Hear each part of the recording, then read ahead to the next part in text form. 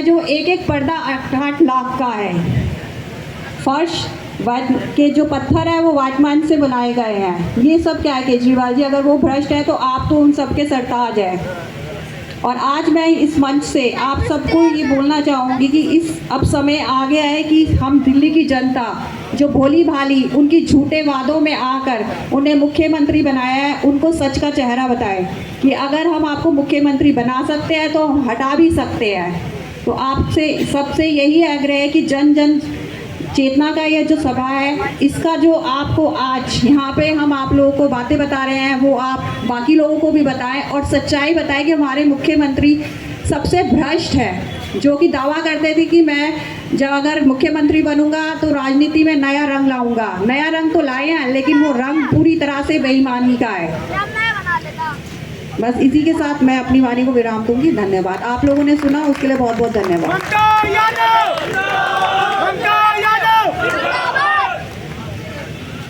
बहुत बहुत धन्यवाद ममता जी। आगे की कड़ी में हमारे जिले के अध्यक्ष भाई नरेश वशिष्ठ जी, मैं उनसे आग्रह करूंगा वो हम सबको संबोधित करें। नरेश भाई एक बार जोरदार ताली बजाएंगे।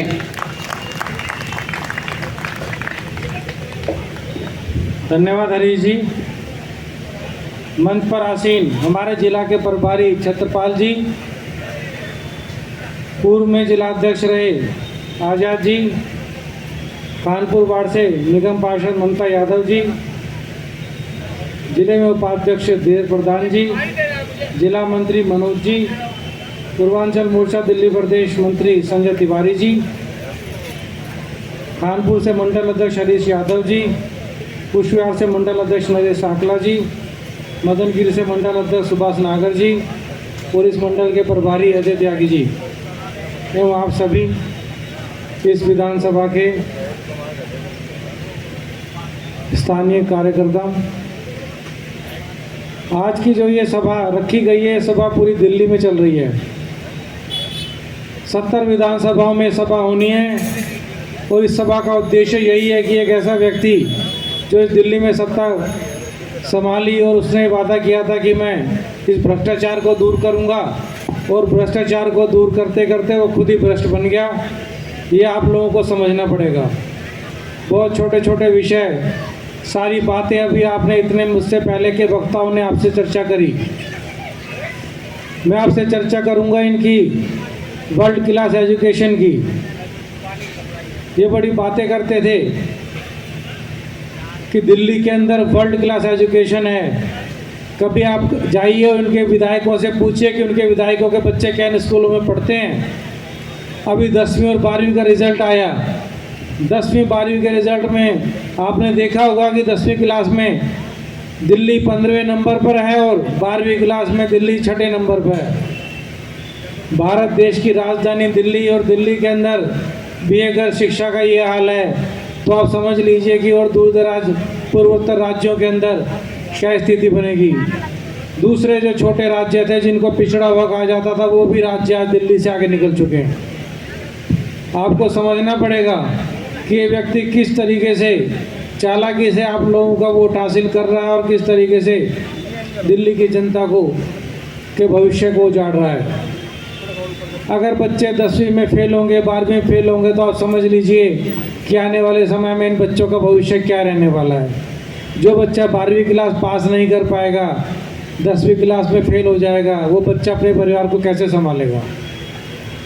केवल बिजली का बिल माफ़ कर देने से, केवल बिजली का बिल फ्री हो जाने से समस्या का समाधान नहीं होगा भाइयों।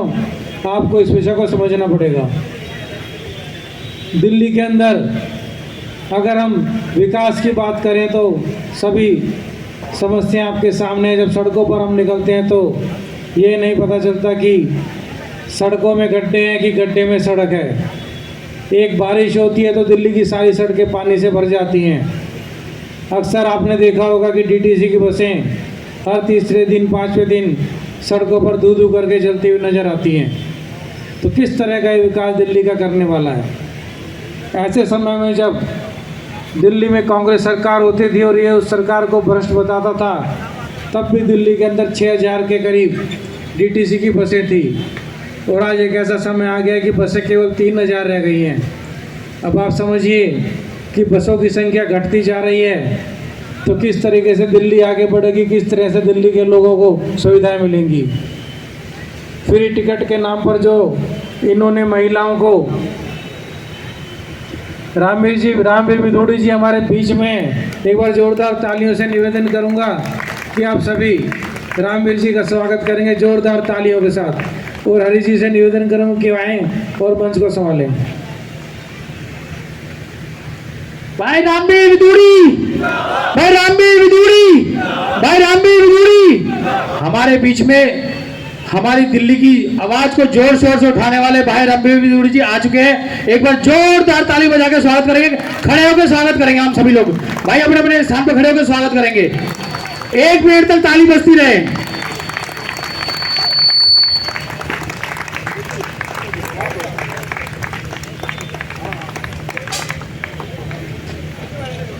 बहुत बहुत धन्यवाद।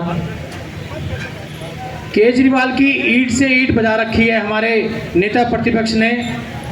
हमारी दिल्ली की आवाज़ को हमेशा उठाते रहते हैं और उनकी नींद हराम की हुई है और प्रण किया हुआ है इनके सभी मंत्रियों को केजरीवाल समेत इनका झूठ को पर्दाफाश करेंगे और इनको जेल भेज के रहेंगे। ये प्रण किया हुआ है और ये होगा।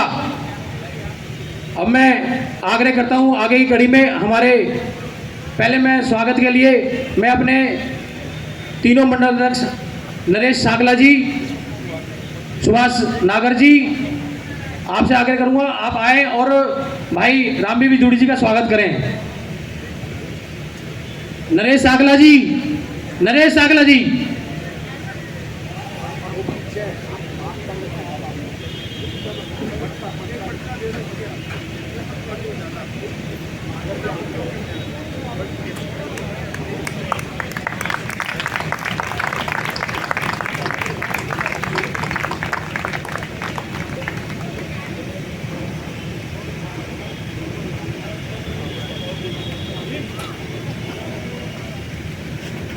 अब मैं आग्रह करता हूं हमारे जिले के प्रभारी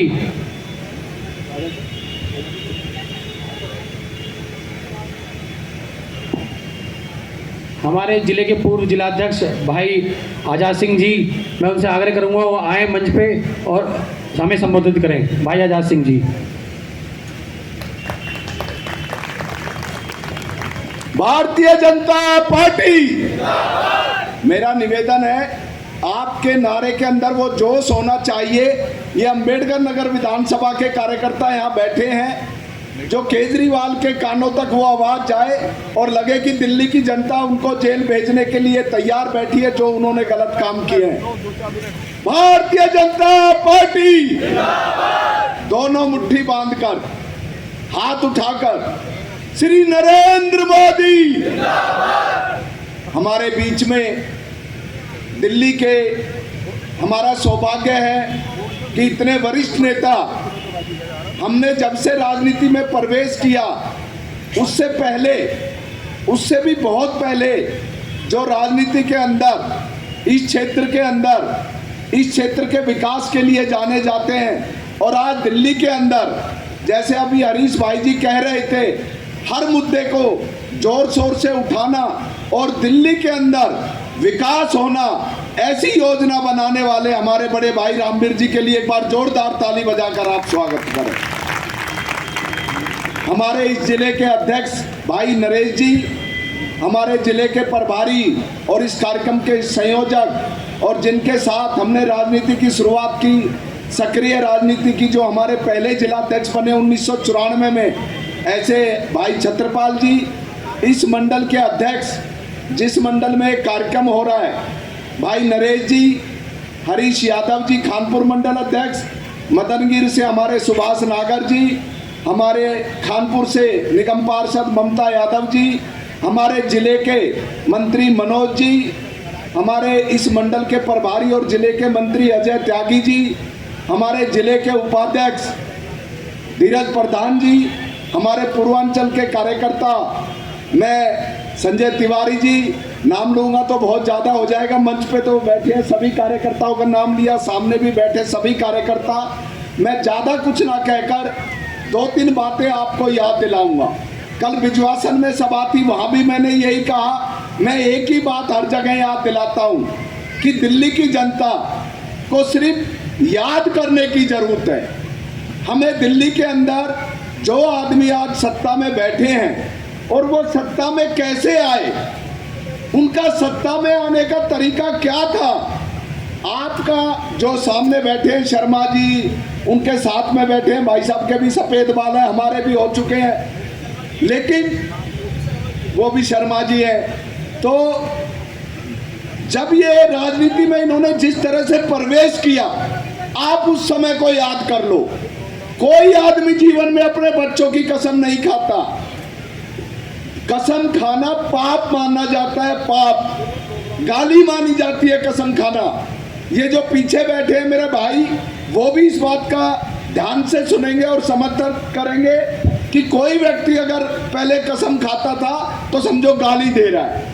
इस आदमी ने बच्चों की कसम खाई कि मैं राजनीति में नहीं जाऊंगा, पहली बात। दूसरी बात, अन्ना हजारे जी को जिस तरह से इन्होंने धोखा दिया, और जो टीम इनकी राजनीतिक क्षेत्र में बनी, आज वो टीम कहाँ है? कहाँ है उस टीम के सदस्य? एक एक करके सब या तो निकाल दिए या चले गए। आज ये सबसे बड़ा, मैं पूरे हिंदुस्तान की कहता हूं, इससे बड़ा धोखेबाज, इससे बड़ा मक्कार पूरे देश के अंदर। आजकल एक वीडियो चल रहा है सोशल मीडिया पे, 2 दिन से कुछ ज्यादा ही चल रहा है, वो शायद आप लोगों ने मंच पे बैठे सभी ने देखा होगा। संजय सिंह जी जो इनके सांसद हैं, वो बोल रहे हैं कि देश के अंदर फारूक अब्दुल्ला से शुरुआत करते हैं, जम्मू कश्मीर से। कितने लोगों ने वो वीडियो देखा? एक बार हाथ उठाएं। चलो ये खुशी की बात है कि सोशल मीडिया पे सब एक्टिव हैं। संजय सिंह जी फारूक अब्दुल्ला से शुरू होकर और कांग्रेस पे अपना भाषण खत्म करते हैं कि परिवारवाद, परिवारवाद। और आज जितने परिवारों का वो नाम ले रहे हैं, उन्हीं के पास जा जाकर समर्थन मांग रहे हैं। तो मेरा आपसे एक ही निवेदन है कि ये आदमी जितना बड़ा मक्कार है और जितना झूठा है, मैं ज़्यादा लंबा नहीं बोलूँगा क्योंकि हमारे बीच में हमारे वरिष्ठ नेता रामवीर जी हमारा मार्गदर्शन करेंगे और वो ज़्यादा अच्छे से इसके बारे में बताएंगे। लेकिन मैं 2-3 बातें याद दिलानी थी। अन्ना हजारे जी की राजनीतिक क्षेत्र में नहीं जाऊंगा, और आज जिस तरह से वो राजनीति कर रहा है, भाइयों, राजनीति से लोगों का विश्वास उठ जाएगा। राजनीति के अंदर जितना भ्रष्टाचार इनके एमएलए, आज ये पुष्प विहार है, इसके अंदर अगर खानपुर है, कृष्णा पार्क है, मदनगीर है, कहीं भी एक गेट भी लगता है, गेट जो RWA लगा लेती थी पहले, वो गेट भी अगर लगता है तो इनके एमएलए को कमीशन चाहिए। ऐसे आज इनकी सरकार चल रही है। तो मैं आपसे निवेदन करूंगा, हमारे बीच में रामवीर जी हैं, वो अपना हमारे को वक्तव्य देंगे। तो ज़्यादा कुछ ना कर एक ही बात और कह के अपनी बात समाप्त करूंगा कि आप इनके पिछले 9-10 साल पुराने सारे इनकी बातें याद कर लो। मैं ये नहीं लूँगा, मैं ये नहीं करूँगा, मैं ये नहीं लूँगा, मैं ये सब बातें इन्होंने पलट दी। आज इनका रहन सहन, आज इनका राजनीतिक क्षेत्र में भ्रष्टाचार, और सबसे बड़ा जो पाप किया इन्होंने, मैं सबसे बड़ा पाप इसलिए मानता हूँ कि दिल्ली के अंदर चाहे कांग्रेस का शासन रहा हो चाहे बीजेपी का, एक पॉलिसी थी कि जहाँ पर मंदिर है, गुरुद्वारा है, स्कूल है, वहाँ पर दारू का ठेका नहीं खुलता था। लेकिन उन्होंने उसको भी नज़रअंदाज कर ये पुष्प विहार में मेरे साथ में यहाँ पर दारू का ठेका खुला था। और हमारे यहाँ से निगम पार्षद रेखा जी और नरेश जी, मेरे को याद है सर्दी के टाइम में एक हफ्ता उसमें दिन रात यहाँ मेरी बहनें भी पुष्प विहार की उसमें बैठी थी, और वो ठेका सील कराया था, वो ठेका बंद हुआ था। ऐसे ऐसे भ्रष्टाचार इन लोगों ने किए हैं। मैं ज़्यादा बात ना कहकर इतनी बात आप लोगों को कहना चाहूँगा कि ये बोलते कुछ हैं और करते कुछ हैं। बस इतनी बात कहकर अपनी बात समाप्त करता हूँ। धन्यवाद। जय भारत, जय हिंद। बहुत बहुत धन्यवाद भाई साहब, आपने हमें केजरीवाल के बारे में बताया कि कितना झूठा निकम्मा हमारी दिल्ली को बर्बाद कर दिया इसने। और अब वो दिन दूर नहीं है जब इसका किला ढहने वाला है। अब आगे की कड़ी में मैं हमारे परम आदरणीय जिले के प्रभारी भाई छत्रपाल सिंह से आग्रह करूंगा वो आए और हमें संबोधित करें।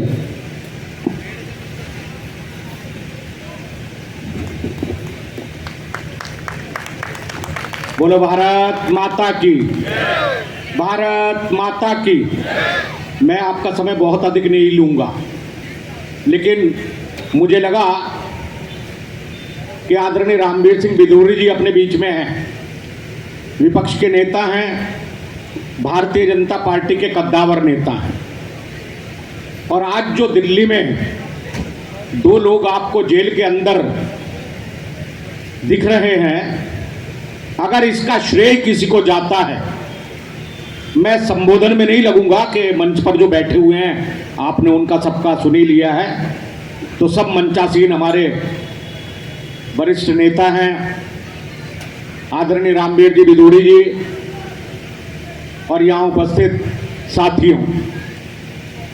जब ये सरकार आई तो निश्चित रूप से ऐसा लगता था कि जिस वैकल्पिक राजनीति की ये बात करते थे वो वैकल्पिक राजनीति दिल्ली को मिलेगी।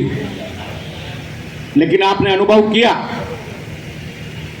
कि जो पिछले कुछ समय से दिल्ली के अंदर एक तरह से अराजकता की स्थिति बनी हुई है। ये मुख्यमंत्री जो अपने आप को कहता मैं अराजकतावादी हूं, भारत के संविधान की शपथ लेता है, दिल्ली का मुख्यमंत्री बनता है।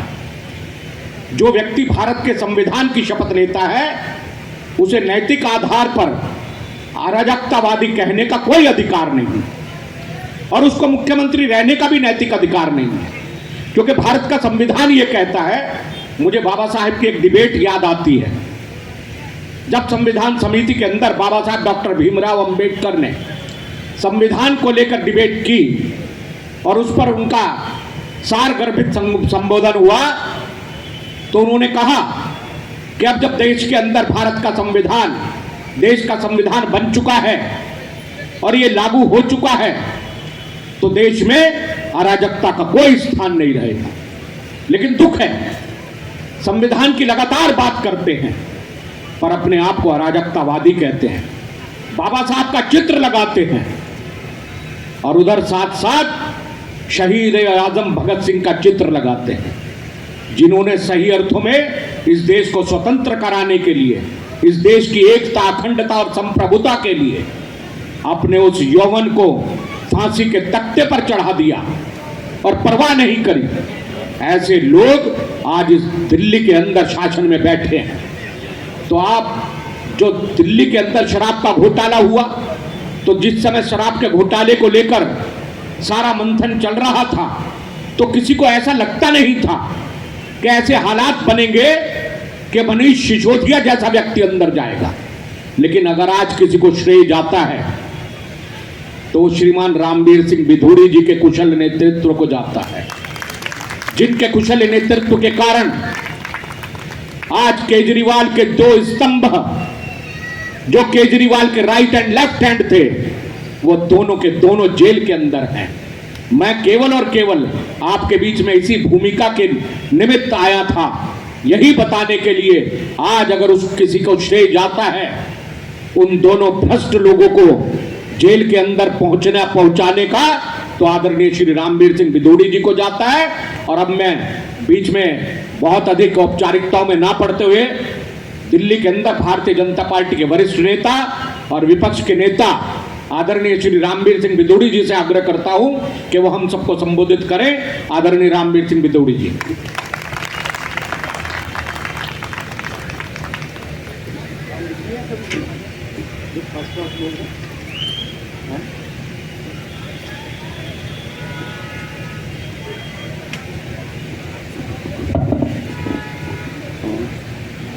लिख दो।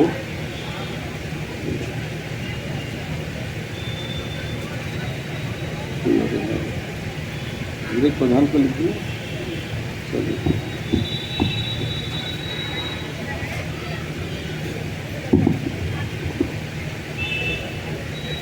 जिला भाजपा के सम्मानित अध्यक्ष श्री नरेश वशिष्ठ जी, जिला प्रभारी आदर के योग्य श्री छत्रपाल सिंह जी, जिला के पूर्व सम्मानित अध्यक्ष आदरणीय श्री आजाद सिंह जी, श्री धीरज प्रधान जी, श्री मनोज राम जी, श्री संजय तिवारी जी, क्षेत्र की बहुत ही लोकप्रिय निगम पार्षद आदरणीय श्रीमती ममता यादव जी, हरीश यादव जी, नरेश सांकला जी, सुभाष नागर जी, ये भी है क्या?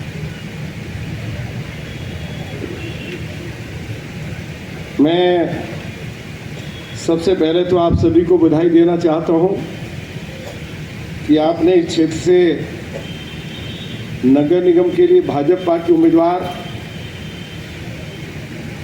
श्रीमती ममता यादव को भारी मतों से चुनाव जिताकर भेजा। मैं पार्टी की ओर से आपको बहुत बहुत बधाई देना चाहता हूं। आप सभी के मन में एक बात जरूर चल रही होगी कि आखिर पूरी दिल्ली में भारतीय जनता पार्टी की ओर से दिल्ली प्रदेश भारतीय जनता पार्टी के अध्यक्ष श्री वीरेंद्र सचदेवा जी के नेतृत्व में सैकड़ों जनसभाएं आयोजित की गई हैं। आखिर इसके पीछे मकसद क्या है?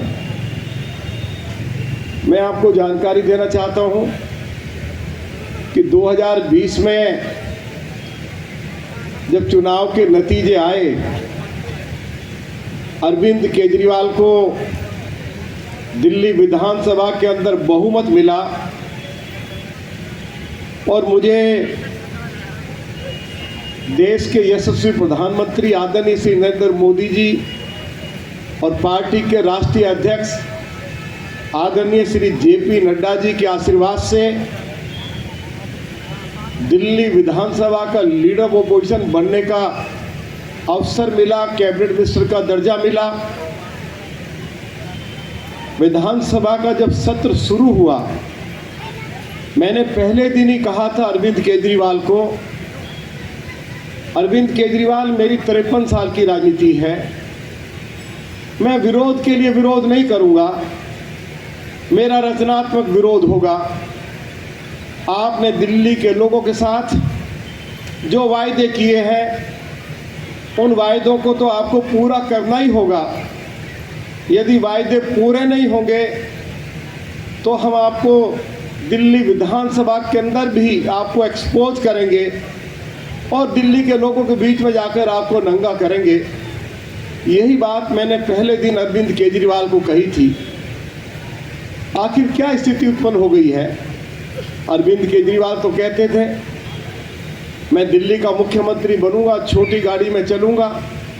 ये भी कहते थे कि 2 कमरे के मकान में रहूंगा। ये भी कहते थे कि दिल्ली के मुख्यमंत्री को सिक्योरिटी की आवश्यकता नहीं है। अब आप सभी लोगों को जानकारी है कि दिल्ली में 1952 से लेके और अरविंद केजरीवाल के मुख्यमंत्री बनने तक जितने भी मुख्यमंत्री रहे हैं, मुख्यमंत्री को एक सरकारी घर मिलता है। अरविंद केजरीवाल को जो सरकारी घर मिला हुआ है, जो सरकारी कोठी मिली हुई है, उनकी बगल में 2 और कोठियां थी। एक कोठी थी डीडीए के vice chairman mister Manish Gupta की, दूसरी कोठी थी दिल्ली के होम सेक्रेटरी मिस्टर भल्ला की, जो आजकल भारत सरकार में सेक्रेटरी है। उन दोनों कोठियों को अपने राजमहल में सम्मिलित कर लिया। उनके घर के पीछे 21 वरिष्ठ अधिकारियों के फ्लैट्स थे। उन 21 के 21 फ्लैट्स को तोड़कर उनको भी अपने राजमहल का पार्ट बना लिया।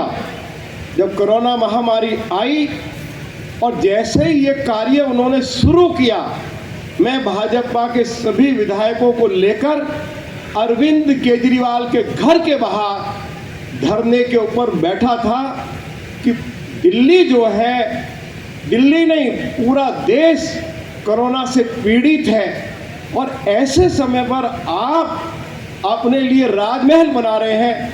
मैं इसका विरोध करता हूं। हमने धरना दिया, हमने प्रदर्शन किया, लेकिन अरविंद केजरीवाल रुके नहीं।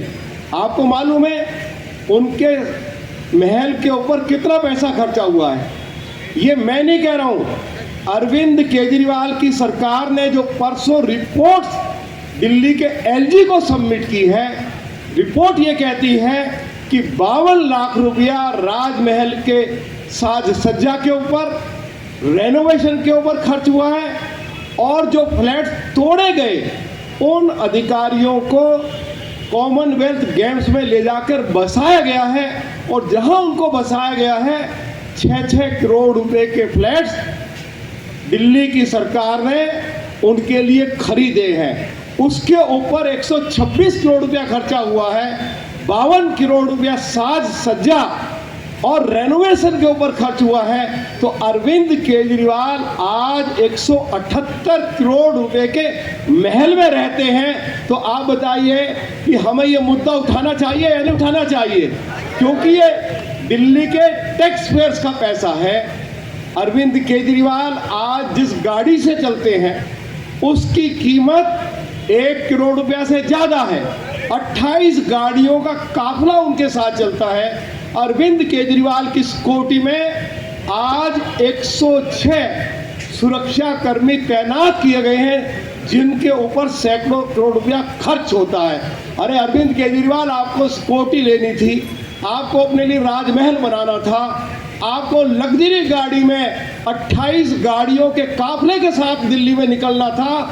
तो चुनाव से पहले कहते हैं कि मैं छोटे मोटे घर में नहीं रहूँगा, मैं तो ऐसे राजमहल में रहूँगा कि जैसा पटियाला के महाराजा का राजमहल है उससे भी अच्छा राजमहल मैं अपने लिए बनाऊँगा। आपने तो शपथ पत्र के ऊपर साइन किए, सिग्नेचर किए कि मैं छोटे घर में रहूँगा। वो पता नहीं शपथ पत्र आपको बंटवाना चाहिए वैसे। अब इसको लेकर हमने विधानसभा के अंदर भी सवाल खड़ा किया। आज मैं आप सभी लोगों से पूछना चाहता हूं कि अरविंद केजरीवाल जब सत्ता में आए उससे पहले वो एक ही बात कहते थे कि मैं दिल्ली के लोगों को 24 घंटे क्लीन वाटर उपलब्ध कराऊंगा। कहते थे या नहीं कहते थे? एक बार नहीं सैकड़ों बार कह चुके हैं। आप मुझे बताइए, दिल्ली के आप लोगों को क्या क्लीन वाटर अरविंद केजरीवाल की सरकार की ओर से उपलब्ध हो रहा है क्या? आपको जानकारी होनी चाहिए। 1 महीने पहले दिल्ली जल बोर्ड ने लगभग 7,500 घरों से पानी के सैंपल उठाए और उनमें से 2,500 सैंपल फेल हो गए, 34% सैंपल फेल हो गए। और रिपोर्ट ये कहती है कि जल बोर्ड दिल्ली के लोगों को जो पानी उपलब्ध करा रहा है, इस पानी को पीकर दिल्ली के लोगों का पेट खराब हो जाएगा, किडनी खराब हो जाएगी, लीवर खराब हो जाएगा और कैंसर जैसी भयानक बीमारी हो जाएगी। आप बताइए, अगर ये किसी डेवलप्ड कंट्री में, विकसित देश में, चाहे वो जर्मनी हो, इंग्लैंड हो, फ्रांस हो, अमेरिका हो, यदि वहाँ 34% लोगों को गंदा पानी कोई राज्य का मुख्यमंत्री उपलब्ध करा देता, वहाँ की जनता पत्थरों से मार देती, फांसी के फंदे पर चढ़ा देती। लेकिन हमारे दिल्ली के लोग बेचारे इतने भले लोग हैं कि 34% लोगों को गंदा पानी दिया जा रहा है तो चर्चा नहीं होती। अब अरविंद केजरीवाल बराबर कहते नहीं कहते मेरा वर्ल्ड क्लास एजुकेशन मॉडल है। हमारा विरोध मुद्दों पर है, हम कोई इधर उधर की बात नहीं कर रहे हैं। अरविंद केजरीवाल ने कहा नहीं कहा कि मेरा वर्ल्ड क्लास एजुकेशन मॉडल है। आप पूछिए अरविंद केजरीवाल से, अभी 10वीं और 12वीं क्लास का रिजल्ट आया है। 10वीं क्लास में हमारे बच्चे जो हैं वो 15वें नंबर पर चले गए पूरे देश में। जो 12वीं क्लास का रिजल्ट आया, हम 6ठे नंबर पर चले गए। हमसे बेहतर, हमसे अच्छा रिजल्ट प्रयागराज उत्तर प्रदेश का रहा है, पटना का रहा है, उड़ीसा का रहा है, जिन राज्यों को हम कहते हैं ये बहुत पिछड़े राज्य हैं शिक्षा के मामले में, वे भी हमसे आगे निकल गए। फिर आप कहते हो मेरा वर्ल्ड क्लास एजुकेशन मॉडल है। इन्हीं की रिपोर्ट में ये बताया गया है, जो हमने विधानसभा के अंदर मैंने क्वेश्चन पूछा कि दिल्ली के स्कूल्स में कितने प्रिंसिपल्स की कमी है। अरविंद केजरीवाल की सरकार ने जानकारी दी कि 82% स्कूल्स में प्रिंसिपल नहीं है, लगभग 55% स्कूल्स में वाइस प्रिंसिपल नहीं है, लगभग 70% स्कूल्स में कॉमर्स और साइंस की पढ़ाई नहीं है। यदि हमारे स्कूल्स में कॉमर्स और साइंस की पढ़ाई नहीं होगी तो हमारे बच्चे कल डॉक्टर इंजीनियर कैसे बनेंगे? अरविंद केजरीवाल के पास तो जवाब नहीं था। और मैंने विधानसभा में बोलते हुए अरविंद केजरीवाल की आंख में आंख डालकर मैंने पूछा कि आपने तो ये कहा था मेरी सरकार बनेगी मैं 500 नए स्कूल खोलूंगा, आप दिल्ली के अंदर एक स्कूल नहीं खोल पाए, 50 पुराने स्कूल उसको आपने बंद कर दिया। आपने ये कहा था कि मैं 20 कॉलेज खोलूंगा, आप दिल्ली के अंदर पिछले 8 सालों में एक कॉलेज नहीं खोल पाए। दिल्ली में 67 से लेकर 72 तक जनसंघ की सरकार थी। आदरणीय वी.के. मल्होत्रा जी दिल्ली के चीफ मिनिस्टर थे, उन्होंने दिल्ली को 16 कॉलेज दिए। श्री मदन लाल खुराना जी 1993 में दिल्ली के मुख्यमंत्री बने, बाद में डॉक्टर साहिब सिंह वर्मा दिल्ली के मुख्यमंत्री बने, उन्होंने दिल्ली में 12 कॉलेज खोले। अरविंद केजरीवाल कॉलेज तो एक नहीं खोल पाया। जो कॉलेज डॉक्टर साहिब सिंह वर्मा और श्री मदन लाल खुराना जी ने खोले थे, टीचिंग स्टाफ को और जो नॉन टीचिंग स्टाफ है, पिछले 6-6 महीने से अरविंद केजरीवाल की सरकार उनको सैलरी नहीं दे पा रही है, वेतन नहीं दे पा रही है। हमारे प्रोफेसर दिल्ली के लोगों के जूते साफ करने के लिए मजबूर हो गए। ये है अरविंद केजरीवाल की सरकार का वर्ल्ड क्लास एजुकेशन मॉडल। आप लोगों को समझ आया उसका वर्ल्ड क्लास एजुकेशन मॉडल? और ये बात मैंने विधानसभा के अंदर भी ये बात कही थी। अरविंद केजरीवाल हमेशा कहते हैं मेरा वर्ल्ड क्लास हेल्थ मॉडल है। आपको मालूम है अभी सुप्रीम कोर्ट ने जांच पड़ताल कराई थी दिल्ली सरकार के हॉस्पिटल्स की, और रिपोर्ट क्या है? सुप्रीम कोर्ट को क्या कहना पड़ा? सुप्रीम कोर्ट ने कहा कि अरविंद केजरीवाल दिल्ली सरकार के हॉस्पिटल्स की हालत बूचड़ खाने से भी ज़्यादा खराब है। आपको मालूम है अभी जीबी पंत हॉस्पिटल में 17 साल से एक दलित की बेटी जो आया के रूप में काम करती थी, जीबी पंत हॉस्पिटल के परिसर में उसके साथ बलात्कार होता है, प्राइवेट पार्ट में रॉड डाली जाती है, और 1 मई को घटना घटती है और 7 मई को उस महिला की मौत हो जाती है। अरविंद केजरीवाल एक बार उस परिवार को मिलने के लिए नहीं गया, हेल्थ मिनिस्टर उसको मिलने के लिए नहीं गया, और उस इलाके के जो एमएलए काउंसलर हैं वे आम आदमी पार्टी के हैं, वो एक बार भी उस परिवार से मिलने के लिए नहीं गए। उस महिला के पति, उनकी 1 साल पहले कैंसर से मृत्यु हो गई, 5 बच्चे हैं, उनके सर से माँ का और पिता का साया उठ गया। अरविंद केजरीवाल ने उनके घर जाना मुनासिब नहीं समझा। हमारे दिल्ली प्रदेश भारतीय जनता पार्टी के अध्यक्ष श्री वीरेंद्र सचदेवा जी परिवार को मिले, 2 लाख रुपए का चेक दिया और इस बात की गारंटी की कि बच्चों की शिक्षा दीक्षा का इंतजाम भारतीय जनता पार्टी करेगी। ये हमने व्यवस्था हमारे आदरणीय अध्यक्ष जी के नेतृत्व में ये बात कही गई। आपको मालूम है लोगों की बड़ी शॉर्ट मेमोरी होती है, याददाश्त बड़ी कमजोर है। जयप्रकाश नारायण हॉस्पिटल का नाम आपने सुना है? दिल्ली सरकार का हॉस्पिटल है। एक महिला गर्भवती महिला हॉस्पिटल में एडमिट थी, बच्चा हुआ और डॉक्टर्स ने कहा कि बच्चे की मृत्यु हो गई है। बॉक्स में उसको पैक कर दिया और जब पूरा परिवार उस बॉक्स को लेकर घर पहुंचा और जब घर जाकर बॉक्स खोला तो बच्चा जीवित था। तो बताओ कि अरविंद केजरीवाल को नैतिक जिम्मेवारी लेते हुए अपने पद से इस्तीफा देना चाहिए था या नहीं देना चाहिए था? अरे इतना बड़ा ब्लंडर हो गया। कहते हैं मेरा वर्ल्ड क्लास हेल्थ मॉडल है, ये कुछ डिब्बे खड़े कर दिए मोहल्ला क्लिनिक के रूप में। डॉक्टर है तो दवाई नहीं है, दवाई है तो डॉक्टर नहीं है। कई कई महीने से डॉक्टर और अन्य स्टाफ की सैलरी अरविंद केजरीवाल की सरकार देती नहीं है, कोई टेस्ट वहाँ होता नहीं है, लेकिन उसके बाद भी कहते हैं मेरी मोहल्ला क्लिनिक्स वर्ल्ड क्लास है। अरे भैया, पहले भी सरकारें डिस्पेंसरी खोलती रही हैं, उनके लिए पक्की इमारतें बनाती रही है, और तुमने ये डिब्बे खड़े कर दिए और उन डिब्बों में ना डॉक्टर बैठ सकता है, ना स्टाफ बैठ सकता है, ना उनमें दवाई है, ना उनमें कोई टेस्ट हो पा रहा है। ये है अरविंद केजरीवाल का world class health model. Arvind Kejriwal ने पिछले 8 सालों में कोई एक फ्लाईओवर बनाया नहीं। अरविंद केजरीवाल के राज में आज सारी सड़कें टूटी पड़ी हुई हैं। डीटीसी के बारे में आपको मालूम है अरविंद केजरीवाल ने क्या कहा था? 2013 में उन्होंने कहा था कि दिल्ली को 15,000 बसों की आवश्यकता है, मेरी सरकार बनेगी तो मैं डीटीसी के लिए 15,000 बसें खरीदूंगा।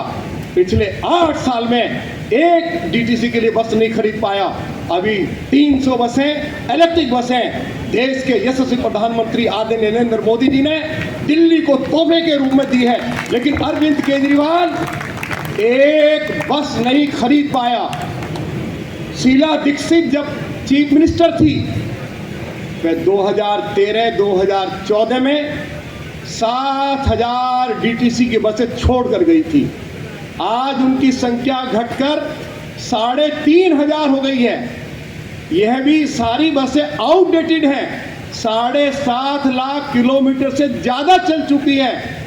आए दिन सड़कों पर आग लग रही है। सुरक्षा की दृष्टि से इनको सड़कों पर चलाया नहीं जा सकता, और अरविंद केजरीवाल की सरकार ने डीटीसी में हजारों करोड़ रुपए का घोटाला किया है। सीबीआई उसकी जांच कर रही है।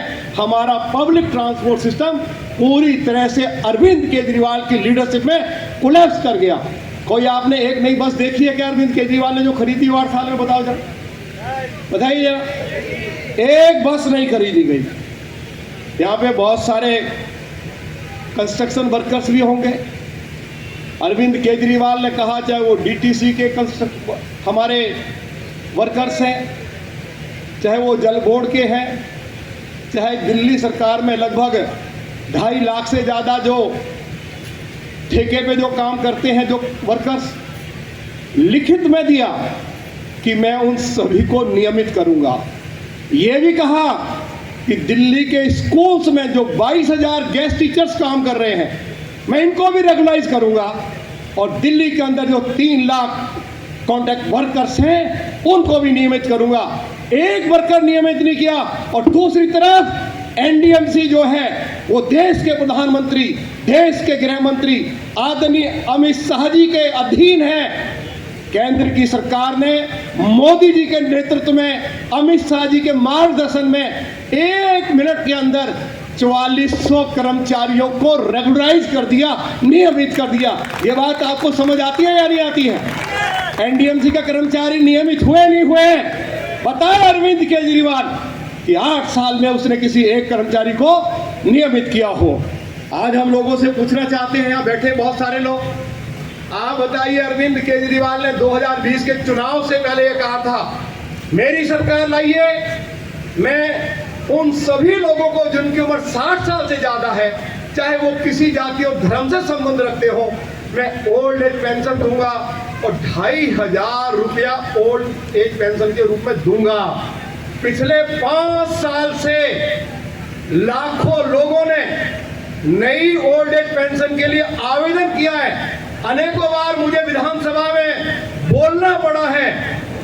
आप बताइए कि पिछले 5 साल में किसी एक सीनियर सिटीजन को अरविंद केजरीवाल की सरकार ने ओल्ड एज पेंशन बना के दिए? जरा बताइए मुझे, जितने लोग बैठे बताइए जरा। अरे आप ओल्ड एज पेंशन को बंद कर दोगे। मोदी जी की सरकार जब कोरोना आया तो दिल्ली के 72 लाख उन गरीबों को जिनके पास राशन कार्ड है 8 किलो गेहूं 2 किलो चावल मुफ्त उपलब्ध कराया।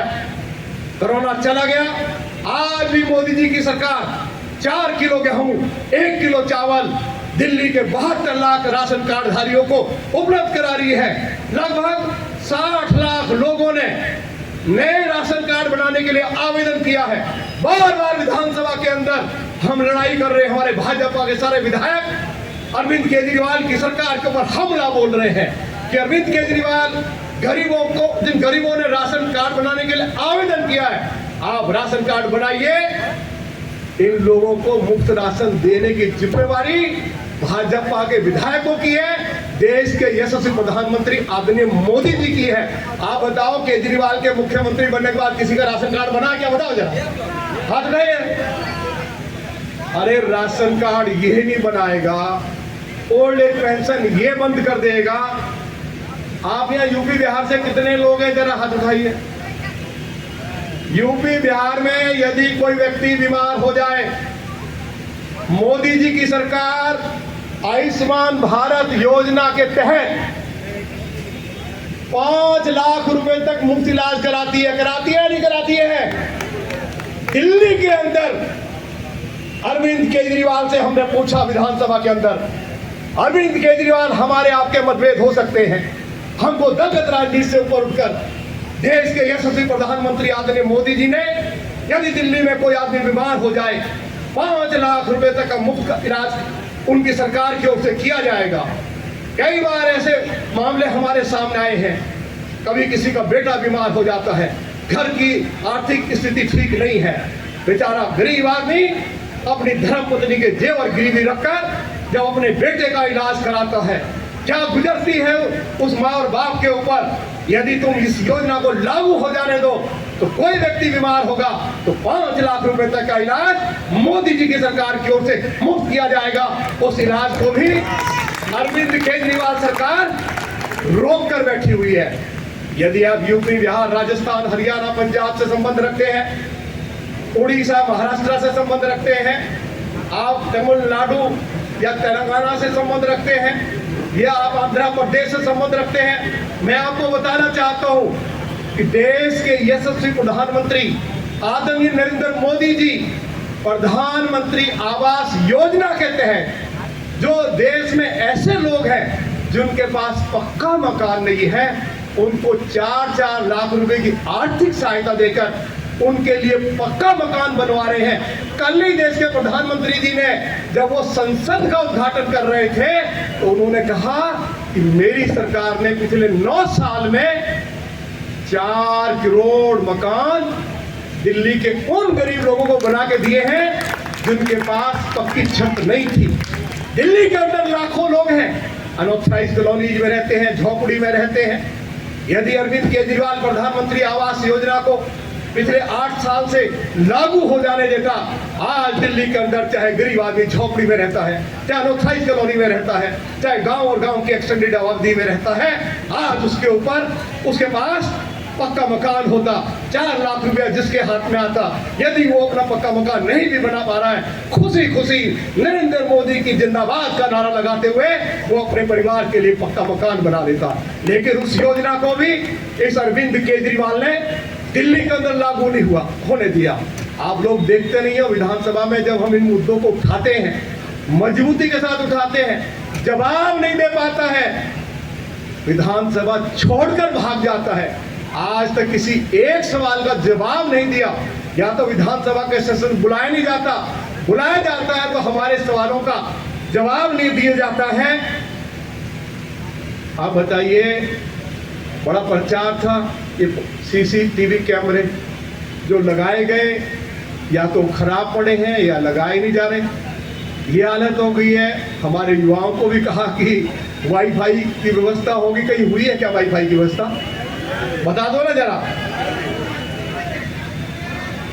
अब यमुना मैया के बारे में जरा 1 मिनट बात कर लें, उसके बाद 1-2 मिनट और बात करके मैं अपनी बात को समाप्त करूंगा।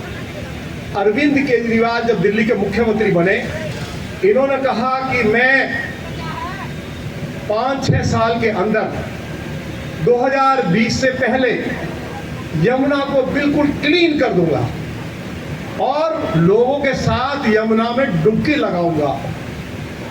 इनके 8 साल के शासन में यमुना गंदे नाले में तब्दील हो गई। 8,500 करोड़ रुपया मोदी जी की सरकार ने दिया, उसका हिसाब किताब नहीं दे रहे हैं। और आज अरविंद केजरीवाल के पास कोई जवाब नहीं है। दिल्ली सरकार की रिपोर्ट आई कि यमुना जो है पिछले 8 सालों में 200% और ज़्यादा मैली हो गई है। ये आपकी यमुना की हालत बना दी है। यहाँ पढ़े लिखे लोग भी बैठे हैं, मध्यम वर्ग के लोग भी बैठे हैं, अखबार पढ़ते हैं, आप तो चीज़ों को समझते हो। आज मुझे बताइए, क्या WHO की रिपोर्ट आई है नहीं आई है? क्या सुप्रीम कोर्ट को कहना पड़ा या नहीं कहना पड़ा है कि दिल्ली दुनिया की सबसे ज़्यादा प्रदूषित राजधानी बन गई है? WHO ने कहा है दिल्ली दुनिया की सबसे ज़्यादा पॉल्यूटेड कैपिटल है। अरे अरविंद केजरीवाल, तुमने दिल्ली को सबसे ज़्यादा प्रदूषित राजधानी भी बना दिया। स्कूल्स की हालत आपने ऐसी बना दी, या हॉस्पिटल्स की। सुप्रीम कोर्ट को ये कहना पड़ा कि बूचड़ खाने से भी ज़्यादा खराब है, और उसके बाद आप चर्चा करते हो मेरा वर्ल्ड क्लास है सब कुछ। अभी एक वर्ल्ड क्लास और है इनका, बिजली। पूरे देश में जाते हैं, कहते हैं मैं 24 घंटे लोगों को मुफ्त बिजली दे रहा हूँ। बताओ कितने लोगों को 24 घंटे मुफ्त बिजली मिल रही है? 200 यूनिट मुफ्त बिजली मिल रही है। बताओ आपको मिल रही है क्या? सबको? जिनको नहीं मिल रही वो हाथ उठाओ जब। आज दिल्ली के अंदर 8.5 रुपए पर यूनिट बिजली पड़ रही है। जिनके पास कमर्शियल मीटर है उनको 15 रुपए पर यूनिट पड़ रही है, और जिनके पास कमर्शियल मीटर है उनको 270 रुपए पर kilowatt per month fix charge देना पड़ता है, और जिनके पास रेजिडेंशियल मीटर है उनको 125 रुपया पर kilowatt per month fix charge देना पड़ता है। जो बिजली कंपनियों के कर्मचारी रिटायर हो जाते हैं उनको पेंशन आपके जेब से पैसा निकालकर दी जाती है। बिजली कंपनियों के कर्मचारी अधिकारी को यहाँ बैठे हैं, तो मैं पूछना चाहता हूँ कि 700 यूनिट बिजली जो उनको मुफ्त मिल रही है, वह पैसा आपकी जेब से निकाला जाता। आप बिल्कुल जरा गौर से पढ़िए। तो अब ये हाल इनका है बिजली का। 8,400 करोड़ रुपया का घोटाला अरविंद केजरीवाल की सरकार ने बिजली कंपनियों के साथ मिलकर किया है।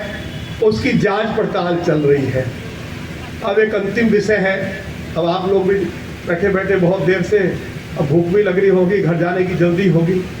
अरविंद केजरीवाल मुख्यमंत्री बनने से पहले ये कहता था, नहीं कहता था कि हमारी बहन हमें जब ये आदेश देंगी कि कोई शराब का ठेका मोहल्ले में खुला हुआ है, रिहायशी क्षेत्र में खुला हुआ है, उसको हम तुरंत बंद कर देंगे। बोलते थे नहीं बोलते थे? अरविंद केजरीवाल 1.25 साल पहले जो दिल्ली में नई एक्साइज पॉलिसी लेकर आया, विधानसभा में जब उसके ऊपर चर्चा शुरू हुई तो अरविंद केजरीवाल ने कहा ये वर्ल्ड क्लास हमारी एक्साइज पॉलिसी है, उसका हर काम वर्ल्ड क्लास होता है, और ये इतनी अच्छी हमारी शराब नीति है, लोगों को बहुत अच्छी क्वालिटी की शराब हम उपलब्ध कराएंगे। और आगे क्या कहते हैं कि हमारी महिलाओं को और युवाओं को आसानी से शराब सुलभ हो सकेगी। और तीसरी बात क्या कहते हैं कि दिल्ली सरकार की आय बढ़ जाएगी।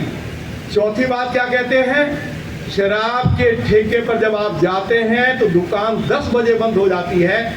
अब हम शराब बेचने का जो टाइम है उसको पराते 3 बजे तक बढ़ा रहे हैं। दिल्ली पुलिस से NOC नहीं ली तो पराते 3 बजे तक दिल्ली के लोगों को शराब उपलब्ध होगी। अगली बात क्या कहते हैं कि हम दिल्ली के लोगों को शराब पीने के तरीके सिखाएंगे, और उसके लिए दिल्ली में 5 स्कूल खोलेंगे। अरे हमने कहा अरविंद केजरीवाल, एक स्कूल आप छात्र छात्राओं के लिए नहीं खोल पाए, एक कॉलेज नहीं खोल पाए, और आप 5 स्कूल दिल्ली के लोगों को शराब पिलाने के तरीके सिखाने के लिए खोलोगे। जिस दिन आप पहला स्कूल खोलोगे उस स्कूल में भाजपा के कार्यकर्ता आग लगा देंगे, लेकिन हम किसी कीमत के ऊपर भी हम इस दिल्ली को बर्बाद नहीं होने देंगे। हमने कहा उसके अंदर अरविंद केजरीवाल ने कहा कि शराब के ठेकेदारों का कमीशन 2% से बढ़ा के हम 12% कर रहे हैं। दिल्ली के अंदर 30,000 करोड़ रुपए की शराब बेची जाती है, सीधा 3,000 करोड़ रुपए का फायदा पहुंचा दिया गया। जब मुझे बोलने का मौका मिला, और हमारे दिल्ली के अंदर पहले 21 ड्राई डेज होते थे, 21 दिन साल में शराब के ठेके बंद होते थे, उन ड्राई डेज की संख्या घटाकर 3 कर दी। जब मुझे बोलने का मौका मिला, अरविंद केजरीवाल, मैं आपसे हाथ जोड़ के प्रार्थना कर रहा हूं ये जो नई शराब नीति आप लाए हैं इसको वापस ले लीजिए। इसमें हजारों करोड़ रुपए का घोटाला हुआ है। आपकी शराब नीति ये कहती है कि लोग पराते 3 बजे तक शराब खरीद सकेंगे। आपकी नई शराब नीति कहती है कि रिहायशी क्षेत्रों में भी, चाहे वो अनऑथराइज कॉलोनीज है, चाहे वो झोपड़ी है, चाहे वो शहर की कोई बस्ती है, उन सभी जगहों पर शराब के ठेके खोले जाएंगे। गली गली में रिहायशी क्षेत्रों में शराब के ठेके खोले जाएंगे। तो मैंने उनको कहा कि हम दिल्ली को शराब की नगरी नहीं बनने देंगे। शराब के नाम पर आपने हजारों करोड़ रुपए शराब के ठेकेदारों से लूटा है। मास्टर प्लान का वायलेशन करके, सुप्रीम कोर्ट की गाइडलाइंस का वायलेशन करके आप रिहायशी क्षेत्रों में गली गली में अगर शराब का ठेका खोलोगे और हम उनको बंद करवाएंगे। यदि मैं रामवीर सिंह बिलोड़ी लीडर अपोजिशन हूँ, ये मेरा ये भाषण सबके पास कुछ लोगों ने सुना होगा। मैंने हाउस के अंदर कहा कि यदि आप रिहायशी क्षेत्रों में शराब के ठेके खोलोगे, युवाओं को बर्बाद करोगे, मैंने कहा भगवान राम की सौगंध खाते हैं, यदि हम उनको बंद नहीं करवा पाए तो मैं राजनीति से संन्यास ले लूंगा, लीडर अपोजिशन के पद से इस्तीफा देकर घर चला जाऊंगा। और हमारे युवाओं के पास रोजगार है नहीं, आप उनको बर्बाद करने के लिए चले हो। और उसके बाद दिल्ली प्रदेश भारतीय जनता पार्टी के नेताओं की लीडरशिप में RWS को साथ लेकर, अपनी बहनों को साथ लेकर पूरी दिल्ली में आंदोलन शुरू हो गया। भाजपा के कार्यकर्ताओं ने लाठियां खाई, मुकदमे दर्ज किए, लेकिन भाजपा के कार्यकर्ताओं ने लोगों के साथ कंधे से कंधा मिलाकर सैकड़ों शराब के ठेके बंद करवा दिए। और उसके बाद अरविंद केजरीवाल को नई शराब नीति को वापस लेना पड़ा। जो हजारों करोड़ रुपए का घोटाला हुआ उसमें इसका डिप्टी चीफ मिनिस्टर अरेस्ट हुआ और कोर्ट ने कहा है कि इस घोटाले का मेन आर्किटेक्ट कौन है? सत्येंद्र सिसोदिया। समझे क्या नाम है? मनीष सिसोदिया। मनीष सिसोदिया। और कोर्ट जमानत नहीं दे रही है और जल्दी से मिलने वाली भी नहीं है। आखिर वापस लेनी पड़ी या नहीं लेनी पड़ी? ये है भाजपा के कार्यकर्ताओं का दमखम, लोगों को साथ लेकर कि जो हो जाए, जान जाएगी तो जा सकती है, लेकिन दिल्ली को शराब की नगरी नहीं बनने देंगे। गली गली में शराब के ठेके खोलने की अनुमति दिल्ली सरकार को नहीं देंगे। एक बात को कहकर मैं अपनी बात को समाप्त कर रहा हूं। आप मुझे ये बताइए, जब दिल्ली में खुराना जी की सरकार थी तब प्रचार के ऊपर, विज्ञापन के ऊपर खुराना जी की सरकार 1 करोड़ 28 लाख रुपए हर महीने खर्च करती, हर साल। जब साहिब सिंह जी बने 1 करोड़ 52 लाख। शीला जी का जो आखिरी साल था 2013-2014, वो 11 करोड़ रुपया हर साल अपने प्रचार पर खर्च करती थी। आपको मालूम है अरविंद केजरीवाल ने इस साल अपने प्रचार के लिए कितना बजट रखा है? 650 करोड़ रुपया। पिछले साल का मालूम है 675 करोड़ रुपया। उसकी जांच पड़ताल कर ली है और कुल 3000 करोड़ रुपया अपने चेहरे को चमकाने के ऊपर उन्होंने बर्बाद किया है। दिल्ली के टैक्स पेयर्स का पैसा है। मैंने विधानसभा के अंदर बोलते हुए कहा, अरविंद केजरीवाल 3000 करोड़ रुपया जो आपने अपने प्रचार पर खर्च किया है, यदि आपने स्कूल, कॉलेज, हॉस्पिटल, यदि जिन लोगों के पास ओल्ड एज पेंशन नहीं है या जिनके पास राशन कार्ड नहीं है, यदि ये पैसा आपने उसके ऊपर खर्च किया होता, दिल्ली के अंदर दर्जनों हॉस्पिटल बन सकते थे, दर्जनों कॉलेज खुल सकते थे, 500 से ज्यादा स्कूल खुल सकते थे, दिल्ली के हर गरीब आदमी को ओल्ड एज पेंशन मिल सकती थी। इसलिए ये टैक्स का पैसा है, आपने दिल्ली को बर्बाद भी किया है, आपने दिल्ली को लूटा भी है। और हमने हाउस में कहा कि दिल्ली को मोहम्मद गौरी ने भी लूटा है, गजनी ने भी लूटा है, तैमूर लंग ने भी लूटा है, नादिर शाह ने भी लूटा है, अहमद साबदाली ने भी लूटा है, इस दिल्ली को अंग्रेज ने भी लूटा है, इस दिल्ली को कांग्रेस ने भी लूटा है और इस दिल्ली को आज अरविंद केजरीवाल लूट रहा है। हम दिल्ली को लूटने नहीं देंगे, बर्बाद नहीं होने देंगे।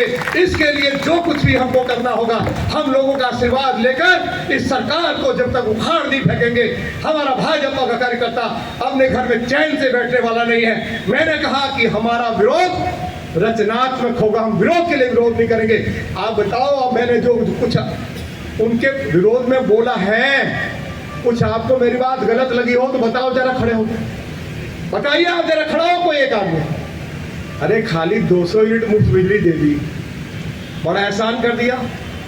उधर लोगों का 8.5 रुपये यूनिट कर दिया, कमर्शियल मीटर है जिनके पास, उनका 15 रुपया कर दिया। ये सारा ढोंग बंद करिए। मैं एक बार फिर अपने पार्टी के सभी सम्मानित पदाधिकारियों को, जिला के पदाधिकारियों को, जिला अध्यक्ष जी को, प्रभारी जी को, इस क्षेत्र की बहुत ही लोकप्रिय निगम पार्षद हमारी बहन ममता यादव जी को, मंडल के अध्यक्ष है या नहीं है यहाँ पे?